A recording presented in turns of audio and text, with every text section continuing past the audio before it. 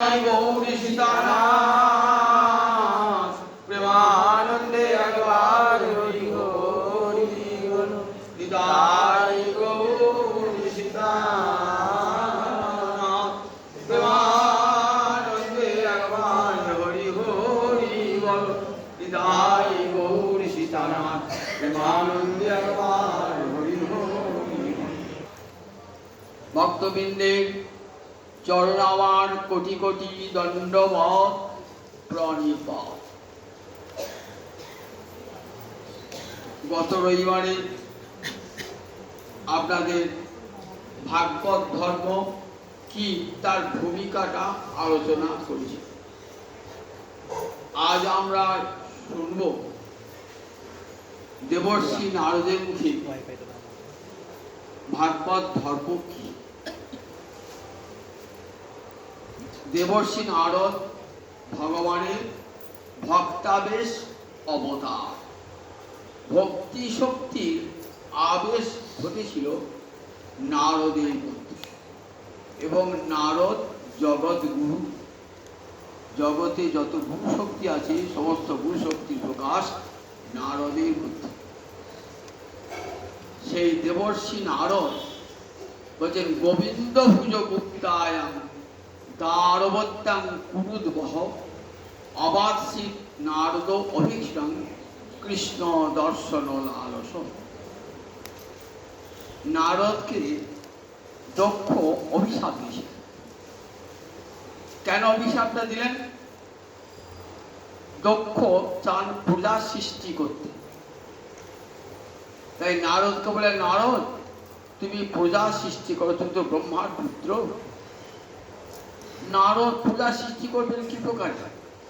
নারদ তো গুণাতীত, সত্য রজ তম এই তিনটে গুণ অতিক্রম করে যে অবস্থা লাভ করা যায় তাকে কি বলে? গুণাতীত অবস্থা। কি তার প্রশ্ন?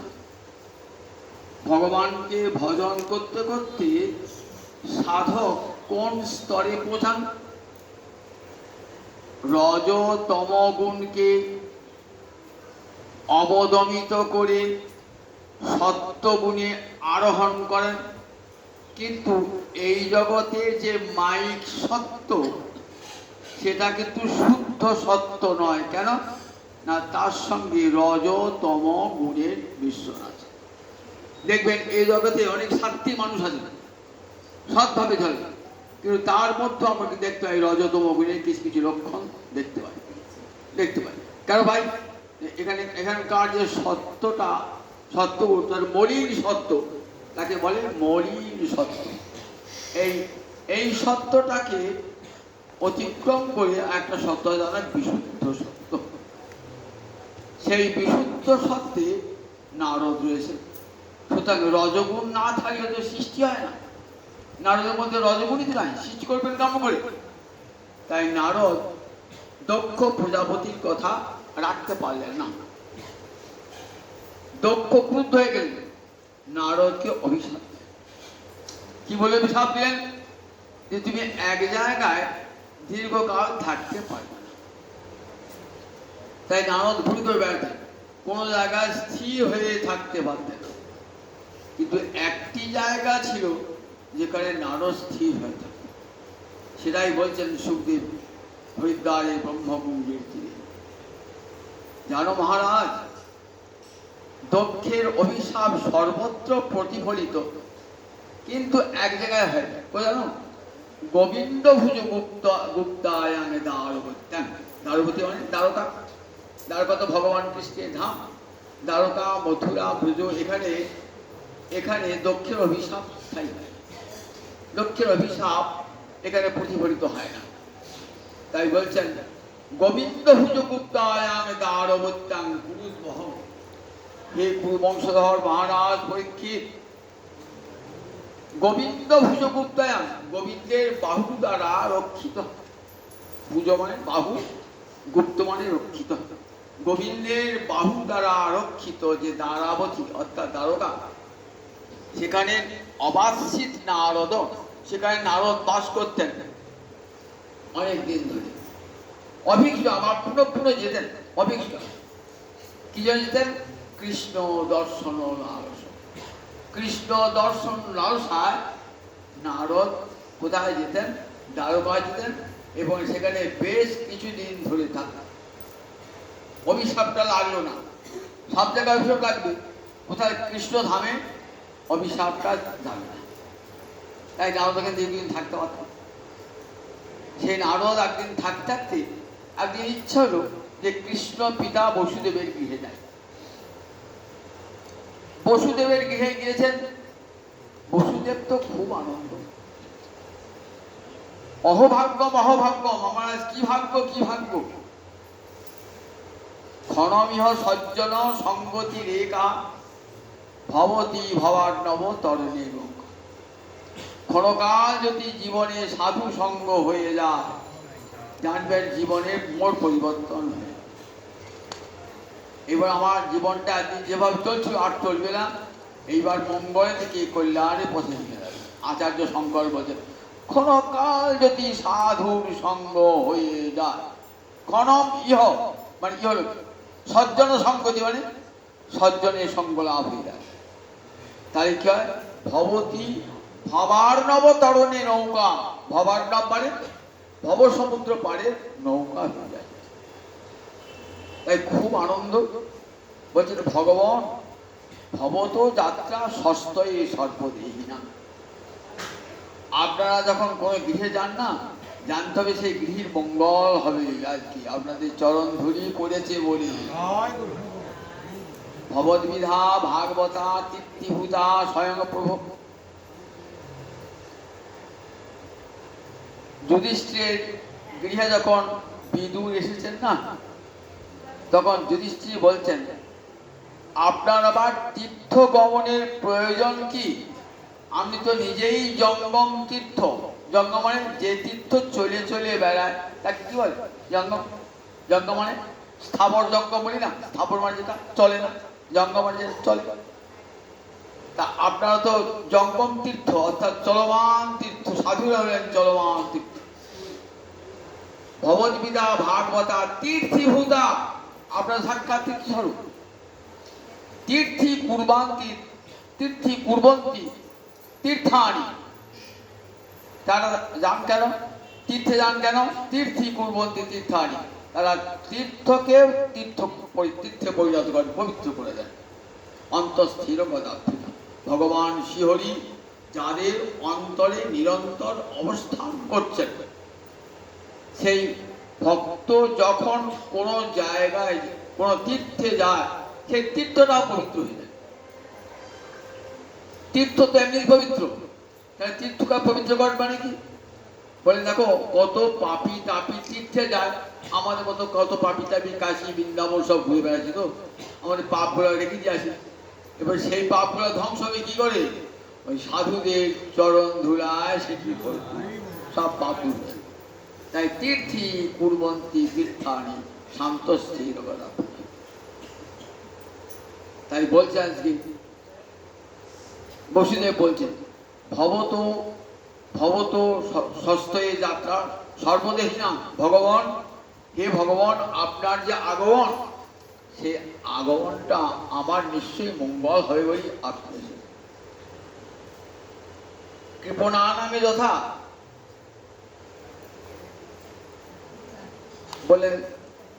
বললেন যারা কৃপার পাত্র তথা ছেলে মেয়ে, তাদের গৃহে যে পিতামাতা আসে, যথা পিতৃ, পিতামাতা যদি ছেলের বাড়িতে আসে, তাহলে কি হয়? পিতামাতার পায়ের ধুলা পড়ে সন্তানের গৃহ মঙ্গল লাভ করে, কল্যাণ লাভ করে। তাই আপনাদের কোনো প্রয়োজন নাই, তবু যান, পরের ঘর যান কেন? মহান্ত স্বভাবে হে তাড়িতে পামর, নিজ কার্য নাই তবু যান তার ঘর।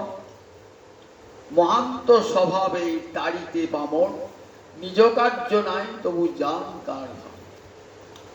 আমরা তোমাকে সাধু বাবা কিছু পয়সা অর্থ সংগ্রহ জন্য এসেছেন, বলে না গো না, সাধুদের অর্থের প্রয়োজন নাই, নিজ কার্য নাই তবু যান পরের ঘর কেন?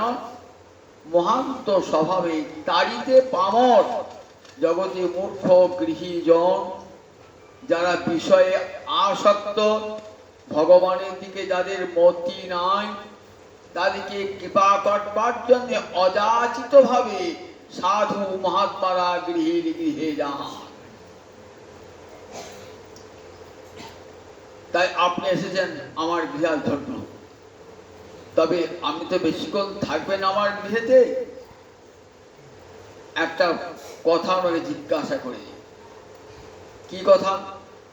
বলছেন কি করে এই সংসার সাগর পার হবে? আপনি কৃপা করে বলুন। নারদ হাস্য, যিনি ভগবানকে পুত্র রূপে পেয়েছেন, তিনি আবার চাইছেন সংসার সাগর পার হতে। যে পুত্রের নাম উচ্চারণ করলে লোক সংসার সাগর পার হয়ে যায়, সেই পুত্র যার নিজের গৃহে, সেই নামই যার গৃহে, তিনি আবার চাইছেন কেমন করে সংসার সাগর পার হবে। নারদ হেসে উঠেছেন, ঠাকুর এত আশ্চর্য লীলা, এমন করে বাৎসল্য মায়ায় ভরিয়ে রেখেছ বসুদেবকে। বসুদেব বলছেন দেখো, আমি ভগবান, বলছি তোমার ঘরে ভগবান, আর তুমি চাইছো আমি সংসার সাগর পার হবো কেমন করে? তুমি তো সংসার সাগরে পাড়ি আসো। বলে না না দেবর্ষিপাদ, আমি বহুদিন তপস্যা করছিলাম, তপস্যা করে কৃষ্ণকে যখন দর্শন হলো, বললেন কি চাও তুমি? তা বললেন মাদৃশ সুত বৃত, বললেন তোমার মতন যেন ছেলে আমার হয়। কিসে জন্মিলা শুনেছেন তো? বসুদেবকে বলছেন। দেখো পরপর তিনটে জন্মের কথা শোনালেন। তিনটে জন্মের কথা শুনিয়ে বলছেন যে দেখো, আমি এই জন্ম তোমাকে বসুদেবকে তোমাকে দেখা দিলাম। কেন দেখা? কি বর্ষে নাও, এত তপস্যা করছো? তা কি বললে আমি অন্য কিছু চাই না, তোমার মতন ছেলে যেন আমার হয়। বাঞ্ছা পূর্ণ করেছেন। তাই তাই এখানে বলছেন বসুদেব যে আমি ভগবানের কাছে মুক্তি চেয়ে নিয়ে নাই, আমি ভগবানের কাছে পুত্র আশ্রয় মুক্ত হয়ে পুত্র চেয়েছিলাম। তাই সংসার সাগর পার হবো কেমন করে? আর বলো সেই ভাগবত ধর্মের কথা, অত পৃচ্ছাম ভাগবত ধর্ম, ভাগবতমের ধর্ম, ভাগবত ধর্মের কথা বলো।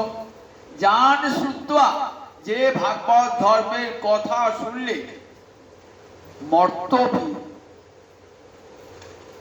বলেন মর্তের মানুষ উচ্চতে বিশ্বত ভয়া, সমস্ত ভয় থেকে মুক্তি পেয়ে যায়। সেই ভাগবত ধর্মের কথা তুমি আমাকে শোনাও। দেবর্ষি নারদ বলছেন ভারী হয়েছে, আমি তো কৃষ্ণ কথা ছাড়া অন্য কোনো কথা জানি না। আপনি এমন প্রশ্ন করলেন, আমার গোবিন্দের কথাই মনে পড়ে গেল। শুনুন মহারাজ, আমি এক প্রাচীন কাহিনী আপনাকে শোনাই। আমি নিজের মুখে বলবো না ভাগবত ধর্ম কি, আমি আপনাকে শোনাই এক প্রাচীন কাহিনী। এই বলে নারদ একটা প্রাচীন কাহিনী শোনায়। তখন দাপর যুগ আসে নাই, সত্য যুগের পর ত্রেতা যুগ এসেছে। ত্রেতা যুগ, সেই যুগে সব সূর্যবংশের রাজা, জনক রাজার পূর্বপুরুষ নিমি মহারাজ, সেই নিমি মহারাজ একটা যজ্ঞ করেছে। সেই যজ্ঞে জগতের সমস্ত সাধু ঋষিরা, বেদজ্ঞ ঋষিরা হাজির হয়েছে, যজ্ঞটা সম্পাদন করেছে। নিমি রাজা মহাভাগবত যজ্ঞটা করলেন কি উদ্দেশ্যে? স্বর্গে যাবার জন্য না, ভাবেন যজ্ঞের কথা শুনে যদি কোনো মহাত্মা চলে আসে তাহলে তার চরণধুলি পাবো, তো এই উদ্দেশ্যে যজ্ঞটা করেছে। দীর্ঘকালীন একটা যজ্ঞ করেছে নিমি রাজা। রাজর্ষি জনকের পূর্বপুরুষ হলেন নিমি রাজা। সেই নিমি রাজা যজ্ঞ করেছেন। সেই যজ্ঞস্থলে কারা এসেছেন? বললেন রাজর্ষি ভরতের 9 জন ভাই। এদের একটা জন্মের পরিচয় দিলেন। ব্রহ্মার দক্ষিণ অঙ্গ থেকে মনুর জন্ম হলো, বাম অঙ্গ থেকে শতরূপার জন্ম হলো। একটি পুরুষ জন্মালেন ব্রহ্মার ডান অঙ্গ হতে, আর বাম অঙ্গ থেকে নারী জন্মালেন ব্রহ্মা, মনু আর শতরূপা। এদের মিলন ঘটালেন, এই প্রথম নারী পুরুষের মিলন। সেই মনু, যা আমরা মানব জাতি, তো আমরা সব মনুর বংশধর, মনু থেকে আমরা জন্মি, তাই মানব, সব আমরা মনুর পুত্র, তাই মানব। সেই মনু আর শতরূপার মিলনে জন্মালেন প্রিয়ব্রত। প্রিয়ব্রতের পুত্র হলো আগ্নিধ্র, আগ্নিধ্রের পুত্র হলেন নাভি, নাভির পুত্র হলেন ঋষভদেব। ঋষভদেব ভগবানের অংশাবতার। দেখবেন ভাগবতের 5ম স্কন্ধে এই ঋষভদেবের কথা আছে। এই ঋষভদেবের 100 পুত্র। ঋষভদেবের বিবাহ হয়েছে কার সঙ্গে? ইন্দ্রকন্যা জয়ন্তীর সঙ্গে ঋষভদেবের বিবাহ হয়েছিল। তার 100 পুত্র। জ্যেষ্ঠ পুত্রের নাম ভরত, যার নামে এই ভারতবর্ষ। এই ভারতবর্ষের আগে কি নাম ছিল? অজনাভ বর্ষ। অজনাভ বর্ষ রাজর্ষি ভরতের নাম অনুসারে এই দেশটার নাম হয়ে যায় ভারতবর্ষ। রাজর্ষি ভরতের কথা তো আপনারা শুনেছেন। 3 জন্মে যিনি গোবিন্দ পাদ পদ্ম লাভ করেছিলেন, সেই রাজর্ষি ভরত এই বংশকে অলঙ্কৃত করেছিলেন। রাজর্ষি ভরত, সেই রাজর্ষি ভরত জ্যেষ্ঠ পুত্র ঋষভদেবের। আর 9টি ছেলে, 9টা দ্বীপের অধিপতি। 9টা দ্বীপের অধিপতি। আর 9টি ছেলে, তারা কর্মকাণ্ডীয় ব্রাহ্মণ। আর 9টি ছিল নবযোগীন্দ্র। আর বাদ বাকি সবকটাই 81 থাকলেন, তারা সব কর্মকাণ্ডীয় ব্রাহ্মণ। এই 9 জন যোগীন্দ্র। যোগীন্দ্র মানে যোগীরা, যোগিনাং ইন্দ্র, সমস্ত যোগীদের মধ্যে শ্রেষ্ঠ। ইন্দ্র, ইন্দ্র মানে শ্রেষ্ঠ। শ্রেষ্ঠ অর্থে ইন্দ্র ভাবে ব্যবহার হয়। যোগীন্দ্র মানে যোগিনাম ইন্দ্র, সমস্ত যোগীদের মধ্যে শ্রেষ্ঠ। যোগী কাকে বলে? ভগবানের সঙ্গে যিনি যোগে যুক্ত থাকেন তাকে বলে যোগী। ভগবানের সঙ্গে যারা যোগে যুক্ত থাকেন তাদেরকে বলে যোগী। গীতা দেখেছেন তো, কত যোগ, প্রতিটি অধ্যায়ের নাম যোগ। ভগবানের সঙ্গে কেমন করে সংযোগ স্থাপিত হবে তার কথা গীতায় 18টা অধ্যায় ধরে বলা আছে। তা এরা ভক্তিতে ভগবানের সঙ্গে নিত্য যুক্ত, তাই এরা যোগী শ্রেষ্ঠ। দেখতে অনেক বয়স, দেখতে 5 বছরের সব বালকের মতো। অঙ্গে কোনো বসন নাই, পারমার্থিক পরিশ্রমে এরা দক্ষ। জগতের কোনো কিছুতে এদের ভূক্ষেপ নাই। যেখানে খুশি ঘুরে বেড়াতে পারে এরা সর্বত্র। ঘুরতে ঘুরতে ঘুরতে ঘুরতে কোথায় এসেছেন? এই নিমিরাজার যজ্ঞ ক্ষেত্রে এসে উপস্থিত হয়েছে। এই 9 জন যোগীন্দ্রের নাম কবি, হবি, অন্তরিক্ষ, প্রবুদ্ধ, পিপ্পলায়ন, আবির্ভদ্র, যমস, করভাল। এই 9 জন যোগীন্দ্র যখন এলেন নিমিরাজার যজ্ঞে, নিমিরাজা তো আহ্লাদে আটখানা যে আমার আজ কি সৌভাগ্য, আমি তো যজ্ঞের ফলে স্বর্গে উঠতে চাই নাই, আমার যা অন্তরে গুপ্ত বাসনা ছিল সেটি আজ পূর্ণ হলো। ভক্তের পদধূলিতে আমার যজ্ঞস্থল পবিত্র হল। বলেন মনুষ্য দেহ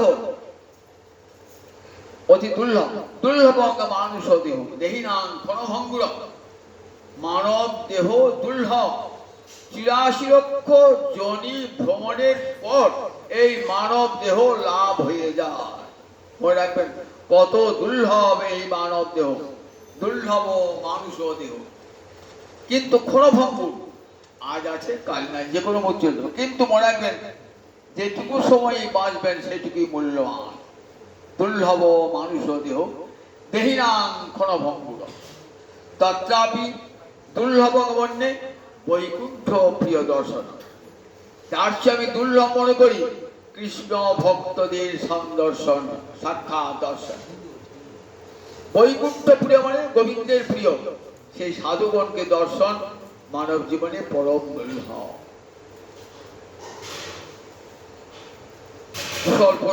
চরণ ধুয়ে উত্তম স্থানে বসেন। প্রথম যে যোগীন্দ্র গেছেন তার নাম কবি যোগীন্দ্র।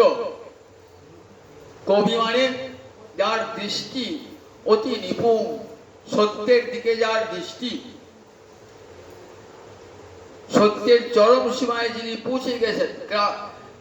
বেদেতে কাকে কবি বলা হয়েছে? কবয় ক্রান্ত দর্শিনা, যারা সত্যের চরম ভূমিকাকে দর্শন করেন তাদেরকে বলে কবি। সেই কবি গোবিন্দ চরণ দর্শন করেছেন, সেই কবি যোগীন্দ্র এসেছেন প্রথম, চরণ ধুয়ে দিয়েছেন।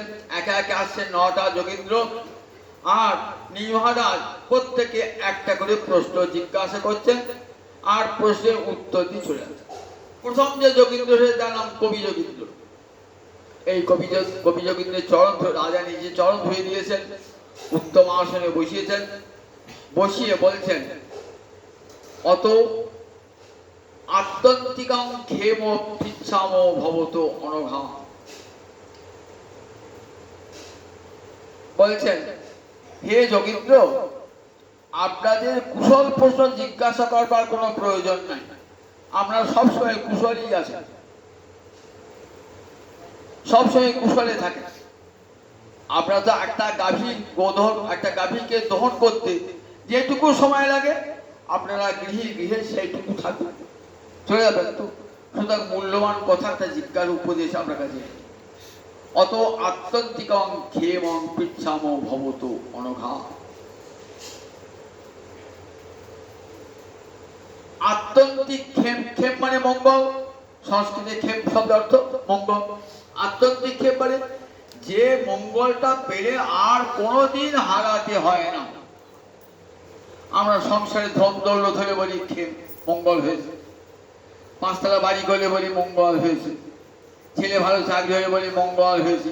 বলে এসব তো মঙ্গল থাকবে না, আজ আছে কাল নাই, ক্ষণস্থায়ী সুখ। কিন্তু চাই এমন মঙ্গল যে মঙ্গলটার কোনো দিন ধ্বংস হবে না। অত আত্যন্তিকং ক্ষেমং পিচ্ছাম ভবত অনঘা। অনঘা মানে অঘ, পাপ যাদের, যাকে স্পর্শ করতে পারে না। বলুন কি করলে সে আত্যন্তিক ক্ষেম চরমতম মঙ্গল লাভ হয়? আর যদি না সুতয়ে ক্ষমা, আমি যদি শোনবার যোগ্য হই, তাহলে বলুন ভাগবত ধর্ম কি? তাহলে প্রশ্ন দুটো, একটা হলো কেমন করে আত্যন্তিক মঙ্গল হয়, আর ভাগবত ধর্ম কি যদি আমি শোনার যোগ্য হই বল। তাহলে দুটো প্রশ্নের দুটো উত্তর হবে তো, কিন্তু উত্তরটা একটাতে দিয়ে দিয়েছেন। কেন বলছেন? দুটো প্রশ্ন দুটো শোনালেও উত্তরটা একই, দুটো প্রশ্ন একই। ভাগবত ধর্ম কি আর আত্যন্তিক মঙ্গল কি, এই দুটোই এক। ভাগবত ধর্ম লাভ করলে চিরমঙ্গল লাভ হয়েছে, চির কল্যাণ লাভ হয়ে যায়। কত দৃঢ়তার সঙ্গে বলছেন, যদি ন সুতয়ে ক্ষমা, আমি যদি শোনবার যোগ্য হই পৃথিবী, তাহলে আমাকে বলো ভাগবত ধর্মের কথা। হয়তো আমি যোগ্য নাও হতে পারি, তাই যদি আমি যোগ্য হই তাহলে ভাগবত ধর্মের কথা আমায় শোনো। তখন যোগীন্দ্র উত্তর দিচ্ছে, মন্যে অকুতশ্চিৎ ভয়ম অচ্যুতস্য পাদাম পুজো উপাসনবত্র নিত্যম উদ্বিগ্ন বুদ্ধে অসদাত্ম ভাবাৎ বিশ্বাত্মনা যত্র নিবর্ততে। শোনো মহারাজ, আমি কাকে আত্যন্তিক মঙ্গল বলি জানো? যখন কোনো কিছু থেকে আর উদ্বেগ বা ভয় আসবে না, মনে অকুতশ্চিত ভয়, অকুতশ্চিত মানে কোথা থেকেও আর আসবে না ভয়।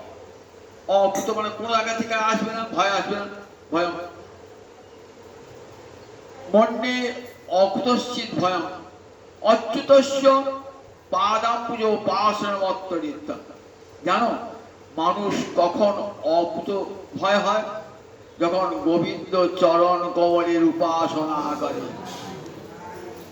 যোগীন্দ্র বলছেন গোবিন্দের চরণ কমলের উপাসনায় তার চরণে শরণাগত হলে আর কোনো দিক থেকে উদ্বেগ বা ভয় আসে না। আমাদের উদ্বেগ কেন? উদ্বিগ্ন বুদ্ধি অসদাত্মভাবা, যে দেহটা অসৎ, আজ আছে কাল নাই, সেই দেহটাকে আমি বুদ্ধি করেছি। কাজে একটু শরীর খারাপ হলে চিত্তটা উদ্বেগ হচ্ছে, কোনো কঠিন রোগ হয় নাই তো, মরে যাবো না তো। ছেলের একটু রোগ হলে ভয় হচ্ছে, একটা রোগটা সারছে না, কারণ পাশে ডাক্তারকে দেখাচ্ছে, ভয় হচ্ছে। কারণ আমি ছেলের দেহটাকে আমি নিজের ছেলে বলে মনে করেছি। বাড়িঘর করছি, বাড়িঘর থাকবে তো, বাড়িঘর নষ্ট হয়ে যাবে না তো। তাহলে কোন সব অসৎ, তাতে সৎ বুদ্ধি করেছি। দেহ এবং দৈহিক বস্তুতে অহংতা এবং মমতা, আমি ভাব, দেহটাকে আমি ভাবছি, আর আমার দেহের সঙ্গে যারা জড়িয়ে আছে তাদের প্রতি আমার মমতা। আমার পুত্র কন্যা স্ত্রী আত্মীয় স্বজন ঘর বাড়ি, তাদের প্রতি আমার মমতা আসছে। আর এই মমতা আসার জন্য অন্তরে ভাব, প্রিয়জনকে যদি হারাতে হয় প্রতি মুহূর্তে উদ্বেগ আসে, উদ্বিগ্ন বুদ্ধি। কেন? অসৎ আত্মভাবা, অসৎ বস্তুতে আত্মবুদ্ধি করার জন্যে প্রতি মুহূর্তে উদ্বেগ আসে। কারণ এরা সবাই চ্যুত বস্তু, অর্থাৎ আজ আছে কাল নেই। তাহলে এই চ্যুত বস্তুতে ভয় হয়, সেখান থেকে মুক্তি একটা উপায়। অচ্যুতস্য পাদাম্বুজ, যিনি কোনোদিন চ্যুত হন না, সেই গোবিন্দের চরণ কমলের উপাসনা। চরণ কমলের উপাসনায় সাধক নির্ভীক হয়ে যায়। তার উদাহরণ দেখুন, জলজান্ত উদাহরণ প্রহ্লাদ। 5 বছরের বালক প্রহ্লাদ, তার উপরে কত নিপীড়ন, কত অত্যাচার হয়েছে বলুন দিকে একবার। কিন্তু এক মুহূর্ত তার মনটা গোবিন্দ চরণ হতে সরে গেছে, এক মুহূর্তও যায় না। সে নির্ভীক গোবিন্দ চরণে শরণাগতির 6টা লক্ষণ, ভক্তি রসামৃত সিন্ধুতে শরণাগতির 6টা লক্ষণ দিয়েছে। আমরা বলি না, মুখে বলি আমি গোবিন্দ চরণে শরণাগত, ওটা মুখে বলা সত্যিকারে কেউ হতে পারে না। যদি হতে পারতাম তাহলে আর কিছু ভয় করতাম। ভক্তি রসামৃত সিন্ধু রূপ গোসাই পদ বললেন, জানো শরণাগতির 6টা লক্ষণ কি কি? আনুকূল্যস্য সংকল্প, প্রাতিকূল্যস্য বিবর্জনম, রক্ষিষ্যতি ইতি বিশ্বাস, কর্তৃত্বে বর্ণমে তথা, আত্মনিক্ষেপ কার্পণ্যে সর্বদা। তাহলে 6টা লক্ষণ কি কি? বলে আনুকূল্যস্য সংকল্প, যা গোবিন্দ সেবার অনুকূল, সেটা আমার জীবনের একমাত্র সংকল্প হবে। আমার গোবিন্দ সেবায় যদি কেউ প্রতিবাদ করে, যদি কেউ বাধা দিতে আসে, আমি কোনো বাধাই শুনব না। সর্বতভাবে গোবিন্দ সেবার অনুকূল পরিবেশ তৈরি করব। আনুকূল্যস্য সংকল্প, এটাই আমার জীবনের একমাত্র সংকল্প হবে। কেউ যদি আমাকে গোবিন্দ সেবা ছেড়ে দিতে বলে, আমি ছাড়বো না, আমি হরিনাম করছি বলে, হরিনাম করে কি হবে? একাদশী করলে কি হবে? একাদশী করলে আমার গোবিন্দ প্রীত হবে, হরিনাম করলে আমার গোবিন্দ প্রীত হবে। এগুলো তো অনুকূল সাধনা, এগুলো সব তো অনুকূল সাধনা, যা গোবিন্দের প্রীতি জন্মায়, তাই অনুকূল সাধনা।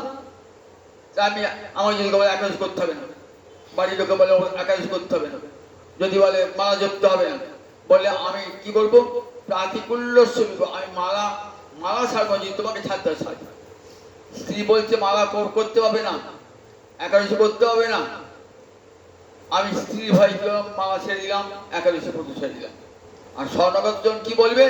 যাও, আমার মালা থাকবে, হরিনাম থাকবে, আমার গোবিন্দ থাকবে, তাতে তুমি চলে যাও। প্রাতিকুল্যস্য বিবর্জন পারবে? প্রাতিকুল্যস্য বিবর্জন আমরা পারি? আচ্ছা, মুখে বলছি শরণাগত, মুখে বলছি শরণাগত। দেখুন শরণাগত লক্ষণ মিলিলেন, ভগবানের অনুকূল নাই। যেই বলবো বাবা ধর আমার এই বাড়ি ঝামেলা বাবা, ও একটা আলাদা খাবার জোগাড় করতে হবে একাদশীর দিন, ওই বাজার করতে গিয়ে সময় বাজার করার জন্য যাও, বাজার করো গা। এখন বসে মালা করছি, বাজার কি ঠাক করে মালা করতে কি হয়? অনেকে এইসব বাড়িতে শুনতে হয়, অনেকে যারা বলেন তো বলছে দেখো যখন এরকম বাধা আসবে সমস্ত বাধাকে আমি সরিয়ে দেবো, যে আমার কৃষ্ণ ভজনের অনুকূল আমি তাই করবো। আমার যদি গৌরবাড়িকে পাঠ শুনতে মনে হয় তাই শুনবো, কারণ পাঠ শুনলে তিনি প্রীত হন। আমার যদি গীতা পাঠ করলে সময় লাগে করবো, তাতে সংসার যদি আমার বিরক্ত হোক, অনুকূল সবসময় ভগবানের আনুকূল্য বিধান এবং প্রতিকূলতার বিবর্জন, সর্বত বিবর্জনটা বিশেষভাবে বর্জন। সে আমার যত নিজের লোক হোক, স্ত্রী হোক, পুত্র হোক, আত্মীয় হোক, স্বজন হোক, সর্বতভাবে ত্যাগ। রাজস্বী হরি ত্যাগ করেন নাই, এক মুহূর্তে ত্যাগ করে গেলেন। দেখলেন ঘরে থাকলে আমার কৃষ্ণ সেবা হবে না, চলে গেলেন এক মুহূর্তে। এতখানি গোবিন্দ সেবা লালসা যুক্ত। তাহলে আনুকূল্য সংকল্প, প্রাতিকূল্য বিবর্জন। কি দেখো প্রহ্লাদ স্মৃতি মিলিলেন। রক্ষিষ্যতি বিশ্বাস, তৃতীয় লক্ষণটা হলো তিনি রক্ষা করবেন এই দৃঢ় বিশ্বাস। আমি বিপদে পড়ি না কেন কাউকে ডাকতে যাবো না, কোনো এমএলএ মন্ত্রী কাউকে ধরতে যাবো না, আমি গোবিন্দ চরণকে স্মরণ করবো, দেখি বিপদ থেকে উদ্ধার করে। কোনো বড় লোককে ধরতে যাবো না, আমি গোবিন্দ চরণকে, যখন গোবিন্দ আশ্রয় নিয়েছি তিনি আমাকে রক্ষা করবেন, এই বিশ্বাস অন্তরে দৃঢ়। রক্ষিষ্য, তিনি একমাত্র রক্ষা করবেন। যত বিপদ আসুক না কেন আমি কিন্তু গোবিন্দ ভজন হতে এক মুহূর্ত এক তিলও সরব না, এই বিশ্বাস। রক্ষিত প্রহ্লাদ বলেছেন বাবা আমাকে মেরো না, বাবা আমাকে জলে ফেলে দিও না, বলেছেন? বলেন না? ফেলো, জলে ফেলো, পাটি ফেলে দাও। তথাপি কিন্তু আমি কৃষ্ণ নাম, যদি কৃষ্ণ নাম ছাড়তেন আর প্রহ্লাদে কোনো ক্ষতি হতো না। ছাড়েন, ফেলেছেন? ছাড়েন নাই। হরিদাসকে 22টা বাজায় ফেলেছে। দেখো তোমরা আমাদের যারা মারছে তারা বলছে তুমি কৃষ্ণ নাম ছাড়ো না, তাহলে আমাকে মারতে হয় না। বলছি না না, তোমরা যত খুশি পাও, আমি কৃষ্ণ নাম করবো। আমার ধৈর্য যদি খণ্ড খণ্ড হয়ে যায় তথাপি আমি কৃষ্ণ নাম ত্যাগ করবো না। রক্ষিষ্যতি বিশ্বাস, গোবিন্দ আমাকে রক্ষা করবেন। যত বিপদ আসুক একবার গোবিন্দ চরণের স্মরণে দেখুন না কেন তিনি রক্ষা করেন কিনা, রক্ষা করেন কিনা? রক্ষা করেন নাই? দ্রৌপদীকে রক্ষা করেন নাই? দ্রৌপদী কেউ নাই, 5টা স্বামী বসে রয়েছে, কেউ প্রতিবাদ করছে না। দেখুন এত নিজের লোক স্বামী অন্য লোক করতে পারে, কাপড় ধরে যখন টানছে বিবসনা করবার জন্য স্বামীরাও এগিয়ে আসে নাই। শুধু তাই নয়, যারা কত প্রাজ্ঞ বিশিষ্ট রয়েছেন, দ্রোণ রয়েছেন, তারাও বলে ছি ছি এ কি করছো, নারী মর্যাদা, তারাও মুখ চুপ, তারাও কথা বলছেন না। তার কেউ বলবে না, তখন আমার কে অস্মরণে স্মরণ কে গোবিন্দ, হে গোবিন্দ তুমি আমাকে কৃপা করে এই লজ্জার হাত থেকে বাঁচান। বাঁচান নাই? ভগবান ছুটতে ছুটতে দেখতে পায় না ভগবানকে, কোথায় ঢুকলেন? কাপড়ের মধ্যে, বস্ত্রাবতা কাপড় হয়ে গেলে এমন কাপড়, দুঃশাসন কত টানবি টান না, কাপড় আর শেষ হয় না, হাত ব্যথা করে গেল। লক্ষ্য করেন না? তাহলে দেখুন এত আত্মপ্রতিজ্ঞা করে রাখেন না, গোবিন্দ চরণের শরণাগতি দিয়েছেন। গজেন্দ্র মুমূর্ষ অবস্থায় গজেন্দ্র রয়েছে, গজেন্দ্র কেউ তাকে রক্ষা করবো না, তার স্ত্রী পুত্র সব পালিয়ে গেল। তারা তখন বলে আমার থেকে আত্মীয় স্বজন যারা সব পালালো, এবার হে গোবিন্দ তুমি আমাকে রক্ষা। ভগবান এলেন না, ছুটতে ছুটতে গরুরের পিঠে চেপে, চলো তাড়াতাড়ি, আমার ভক্ত একটু আদি হয়ে পড়ে যাবে, চলো চলো চলো তাড়াতাড়ি চলো, ভক্তকে রক্ষা করতে হবে। ভগবান ছুটে আসে। যদি বলেন ও 2-1টা হয়েছে আমাদের হবে না, আপনি ডাকতে জানেন, ডাকার মতো ডাকুন না কেন, দেখুন না, পরীক্ষা করে দেখুন না কেন, ডাকলে পরে ফল হয় কিনা।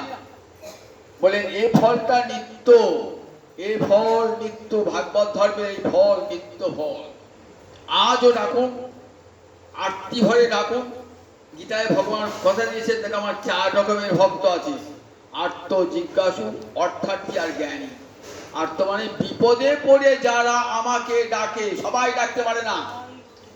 বলে সুকৃতি ন অর্জুন, সুকৃতি থাকা যায় তবে গোবিন্দের কথা মনে পড়ে। বিপদকালে কি মনে পড়ে? ছেলেটা মুমূর্ষ হয়েছে তখন ডাক্তারের কথা মনে পড়ে। অন্য কোনো বিপদে পড়েছেন তখন বলছে ওই যাই, ওই বড় লোকটা ক্ষমতাবান লোকটা বুঝে বাঁচায়। কোনো এমএলএ কাছে মন্ত্রীর কাছে ধরে যদি কাজটা হয়, দেখেছেন তখন মনে পড়ে।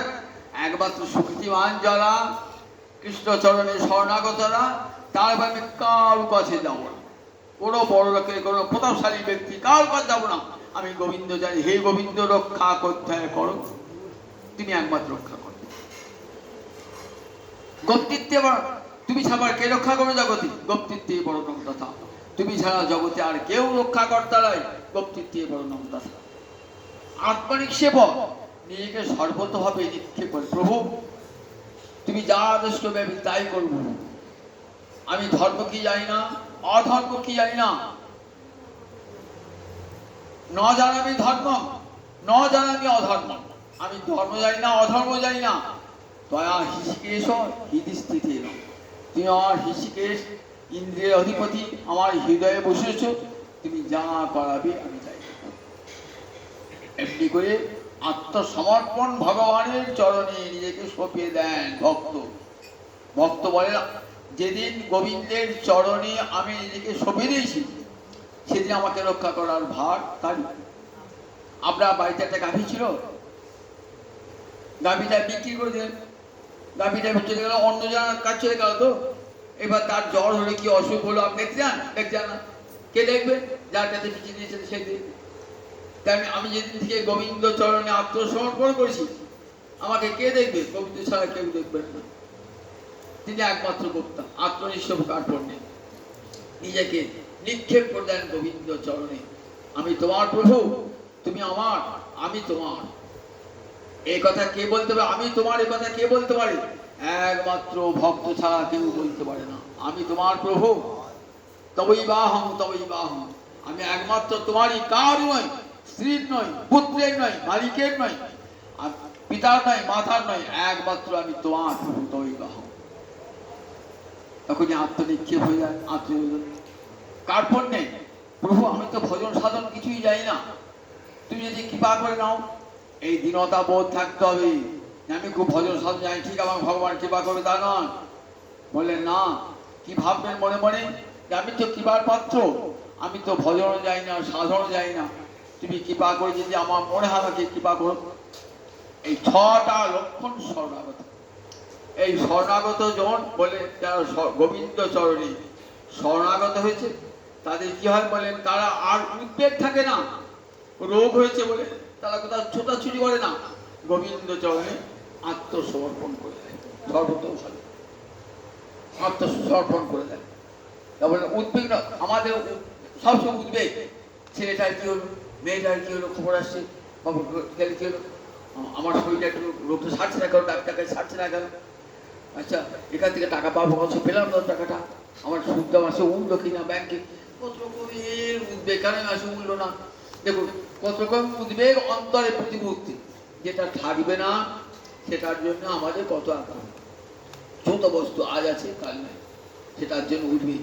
তাই উদ্বিগ্ন বুদ্ধি অসদাত্ম ভাব, নিজেকে অসৎ বস্তুতে সৎ বুদ্ধি করেছে, আর তার ফলে উদ্বিগ্ন হয়েছে। বললেন বিশ্বাত্মনা যত্র নিবর্ততে। বললেন গোবিন্দ চরণে সর্বতভাবে আত্মসমর্পণ করলে কি হয়? বিশ্বাত্মনা বলে আর ভয় তোমাকে আক্রমণ কোনদিনই করবে না। মৃত্যু কস্মাৎ বিভেতি গোপালা, বলে সবচেয়ে বড় ভয় তো মৃত্যু ভয়। বলে সেই মৃত্যু কাকে ভয় করে? সবাই মৃত্যুকে ভয় করে। আর মৃত্যু কাকে ভয় করে? মৃত্যু গোবিন্দকে ভয় করে। কৃষ্ণ যখন জন্মিয়েছেন না, তখন দেবকী স্তব করছে। দেবকী স্তব করে কি বলছেন? হে গোবিন্দ, দেখো মর্ত মৃত্যু ব্যয়ভীত পলায়ন সর্বান লোকান নির্ভয় নাদ্যগচ্ছত। মর্ত মানে এই মর্তে মানুষের মৃত্যু ব্যয়ভীত, ব্যয় মানে সর্প, মৃত্যুরূপ সর্পের ভয়ে এদিক ওদিক ছোটাছুটি করছে। ভাবছে স্বর্গে গেলে বোধহয় মৃত্যু হবে না। মৃত্যু কিন্তু স্বর্গেও আছে। যদি ব্রহ্মলোকে যান, যেখানে ব্রহ্মার সৃষ্টিকর্তা, সেখানেও যদি যান, সেখানেও মৃত্যু আছে। পাতালে যদি যান, সেখানেও মৃত্যু আছে। কেন? প্রলয়কালে সব ধ্বংস হয়ে যায়। তাই মৃত্যু সর্বত্র সর্বাগে আছে। মৃত্যুর হাতে কেউ রক্ষা করতে পারে না জগতে সর্বত্র। বলেন তৎপদাব্জম প্রাপ্য, বলে আজ তোমার চরণ কমল পেয়েছে জীব। তারপরে কি হয়েছে তাদের? বলে মর্ত মৃত্যু ব্যয় ভেত পরায়ণ সর্বান লোকান নির্ভয় নাদ্যগচ্ছত, কোথাও অভয় পেলেন না। তৎপদাব্জম প্রাপ্য যদিচ্ছয়া, তুমি কৃপা করে উদিত হয়েছো, তোমার চরণ কমল পেয়ে ষষ্ঠ সিদ্ধি। মৃত্যু অস্মাদপি বললেন, মৃত্যু অস্মাদপি, আর এখানে মৃত্যু আসে না। মৃত্যু সর্বত্র যায়, গোবিন্দ চরণে মৃত্যুর প্রবেশ অধিকার নাই। তাই গোবিন্দ চরণে আশ্রয় গ্রহণ করলে পারে, বললেন আর মৃত্যু ভয় থাকবে না, সমস্ত ভয় থেকে জীবের মুক্তি হয়ে যায়। বেদে ঋষি বলছেন বেদাহং এদং পুরুষং মহান্তং আদিত্য মন্নং তপসু পরস্তাৎ তবেব বিদিত্বাবতি মৃত্যুমেতি নান্য পন্থা বিদ্যতি অয়নায়। বেদে ঋষি বলছে সেই পরম পুরুষকে আমি জেনেছি, যিনি সব প্রকাশ, বলছে তাকে জানো, সমস্ত জীবকে বলছে তাকে জানো। তাকে জানলে তোমরা সবাই মৃত্যুকে অতিক্রম করে আর মৃত্যু ভয় থাকবে না। এখানে এখানে নবযোগীন্দ্র কবি যোগীন্দ্র বলছেন যে মহারাজ, জীবের আত্যন্তিক মঙ্গল কখন হয়? যখন কোনো কিছু থেকে আর ভয় আসে না, তখনই সে জানবেন সেটি ভাগবত ধর্ম এবং সেটি সেটি সেটি একমাত্র কর্তব্য কিনা গোবিন্দ চরণ কবলের উপাসনা। আমার আগামী রবিবার বলবো জয়নিতাই জয়নিতাই।